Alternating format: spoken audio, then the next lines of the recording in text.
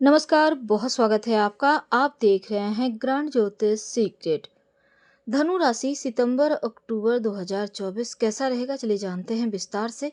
Video के अंत तक बने रहिए। तो शुरुआत करते हैं, ग्रहों की चाल क्या कह रहा है। तो देखिए, सबसे पहले करियर की बात करते हैं।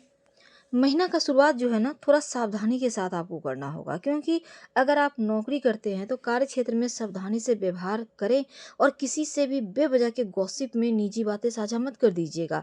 बेवजह की बात करने से बचिएगा, नहीं तो दिक्कत होगी और मन भी काम में नहीं लगेगा।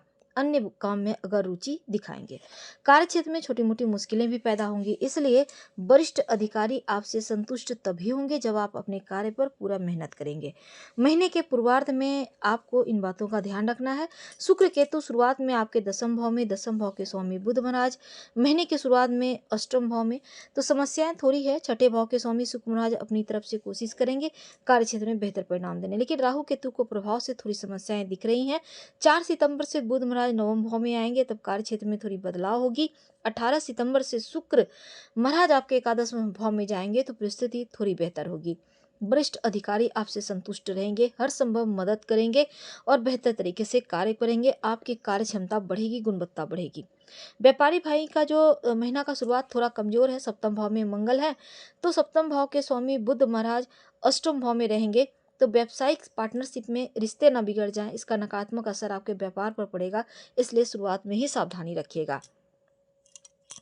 नए संपर्क हालांकि बनेंगे, शांति धैर्य से काम दिखाएं, उग्रता मत दिखाइएगा। धन की बात करें, मिला जुला हुआ रहेगा, आपकी इनकम और खर्चे दोनों ही बढ़े हुए हैं। छठे भाव में बैठे बृहस्पति महाराज आपके खर्चे को थोड़ा बढ़ाएंगे, किसी न किसी वजह से खर्च की स्थिति बनेगी। शनि महाराज भी वक्री अवस्था में तीसरे भाव में बैठकर द्वादश भाव को देखेंगे, खर्चे बढ़ाएंगे और किसी के स्वास्थ्य पर भी थोड़ा खर्च हो सकता है। हालांकि 18 सितंबर से शुक्र एकादश भाव के स्वामी होकर एकादश भाव में रहेंगे, तब आर्थिक स्थिति आपकी बढ़िया होगी। बुध भी 23 सितंबर से दसम भाव में और सूर्य भी महीने के पूर्वार्ध में नवम में अपनी ही राशि सिंह में, उत्तरार्ध में दसम में आर्थिक स्थिति को थोड़ा बेहतर करने में सहायता करेंगे। शेयर मार्केट वगैरह में बड़ा रिस्क लेने के प्रयास में आप रहेंगे, लेकिन 100 बार सोच लें फिर इन चीजों में जाएं तो ज्यादा अच्छा। स्वास्थ्य, देवगुरु बृहस्पति जो है ना, पूरे महीने छठे भाव में, तो छठा भाव रोग और ऋण, चोट, कर्जे, शत्रु का भाव है। ऐसे में आपको, आप क्या खा पी रहे हैं इसका बहुत ध्यान रखें। ऑयली भोजन, मसालेदार भोजन, बासी भोजन, इन सभी चीज़ों को मत कीजिएगा। थोड़ा ही खाएं पर शुद्ध ताज़ा खाएं, पेट का समस्या होगा नहीं तो। वक्री शनि महाराज भी की भी दृष्टि पंचम पर है।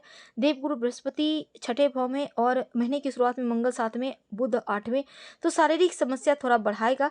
महीने के उत्तरार्ध में हालांकि सुधार होगा, लेकिन अपना ख्याल रखें और ज़्यादा ऑयली भोजन ना करें।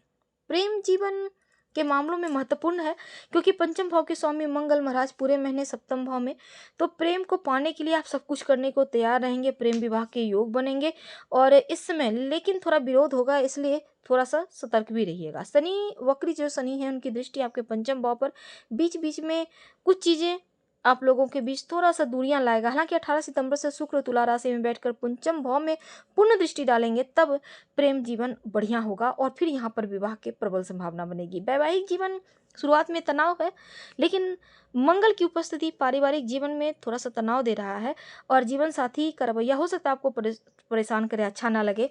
लेकिन ओवरऑल 23 सितंबर से बुध कन्या राशि में दसम भाव में प्रवेश करेंगे, तब से स्थिति में सुधार होगा। और सप्तम भाव और महीने के उत्तरार्ध में सप्तमेश बुध पर कारण मुंह यानी कि मंगल का प्रभाव यहाँ मांगलिक दोष बनाकर बैठा है, तो बातचीत और वाणी पर कंट्रोल रखिएगा, तभी आपके रिश्ते संभलेंगे। मुंह पर कंट्रोल रखें।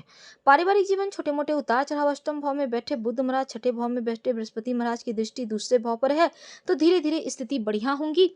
और शुक्र महाराज एकादश भाव में जब जाएंगे, तब सूर्य बुध आपके दसम भाव में बैठेंगे, तो पिता के स्वास्थ्य में लाभ होगा, इसलिए यहाँ पर बड़ा टेंशन नहीं है। हालांकि आपको भी अपनी तरफ से थोड़ी नरमी रखना चाहिए, तभी आप लोगों में प्रेम बढ़ेगा। उपाय के तौर पर आप ओम ब्रीं बृहस्पतये नमः इस मंत्र का जप रोज सुबह कम से कम 21 बार करें।